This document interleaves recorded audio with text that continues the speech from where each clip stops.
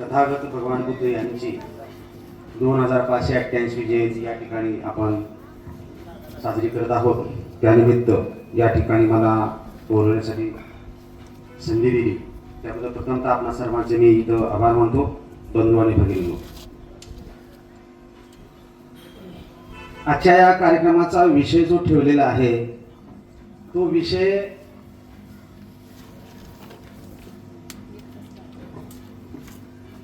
भारतीय जनतेला भगवान बुद्धाचा विचार समजू दिला नाही हाच भारताच्या प्रगतीमधील सगळ्यात मोठा अडथळा आहे.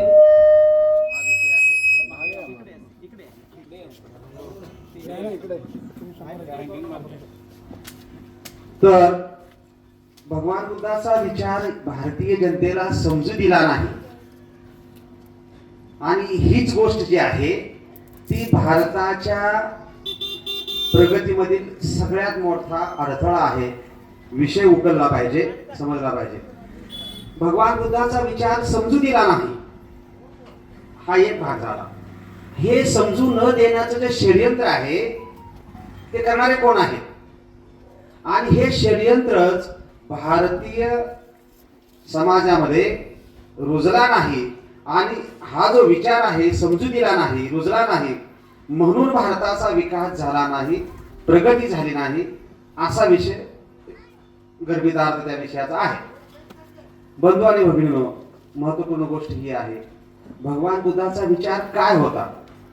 मी त्या तपशिलात जात नाही. आता सरांनी काही बऱ्याच गोष्टी सांगितलेल्या आहेत. विचार काय आहे सगळ्यांना माहिती आहे. आपण म्हणतो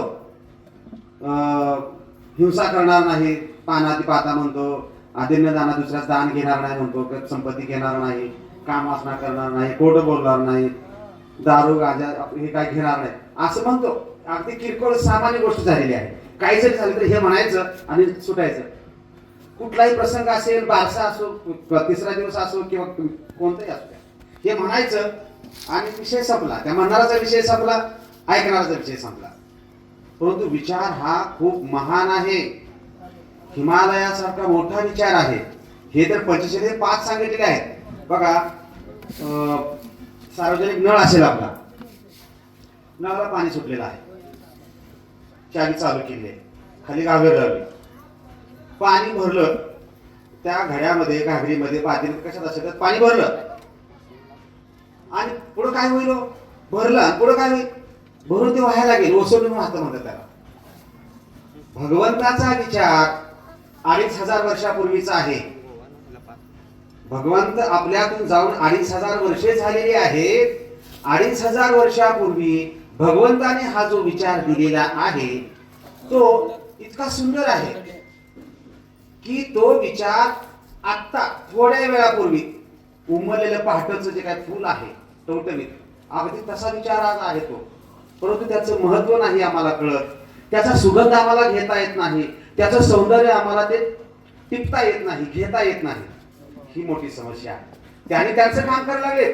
भगवंताचा विचार जो आहे मानवाच्या हिताचा आहे, कल्याणाचा आहे, तो दाबतात, तडपणं हे त्यांचं काम त्यांनी करतायत.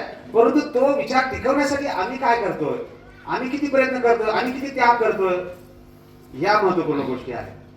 बंधू आणि भगिनींनो, भगवंत एका ठिकाणी गेलेले आहेत. प्रवचनाला गेलं तर कोणी काही विचारायचे भगवंताला.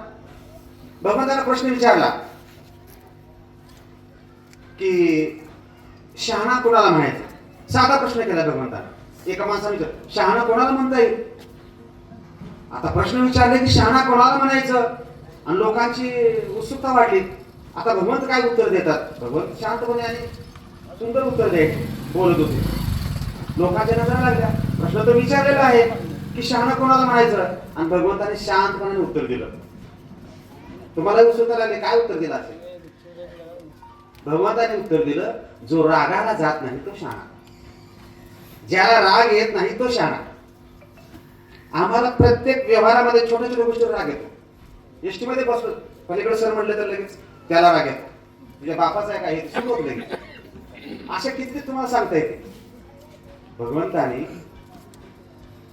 सांगितलं की भांडण लागलेलं आहे. नवरा बायकोचा असो, भावाभावाचा असो, बाप लेकाचा असो, शेजार शेजाराचा असो, मित्राचं भांडण असो, असं भांडण ज्याला लागतं त्यावेळी शर्त कुणी घ्यायचं, माघार कुणी घ्यायची?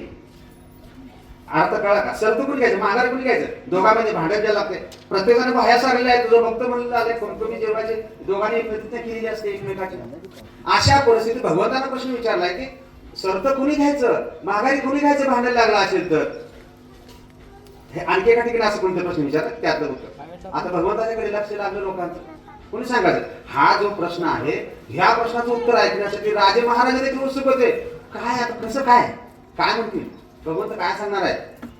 तर भगवंत म्हटले, ज्याला सुखी व्हायचं आहे त्यांनी शर्त घ्यायचं. उत्तर साधं आहे, आम्हाला त्याची उकर करता येत नाही. ज्याला सुखी व्हायचं आहे त्याने शर्त घ्यायचं. ज्याला सुखी व्हायचं आहे त्याने महागाई घ्यायची आहे पाळणातून. परंतु महागाई घ्यायची म्हणजे ह्याला वाटते माझं सर्वस्व संपलं आता आणि माझं सगळं काही संपलेलं आहे, महागाई घ्यायचं म्हणले नाही माघारी घ्यायचं. इथून सुरुवात, जर नाही माघारी घेतलं, आता रस्त्याने येऊ लागलो, रॉंग साईडनं माणूस आला, रॉंग साईडनं माणूस त्याला इकडे जायचं कुठं जायचं असं, पण आरोवाना समोर आला, मी बाजूने घेतली पण तो नाही बाजूला गेला.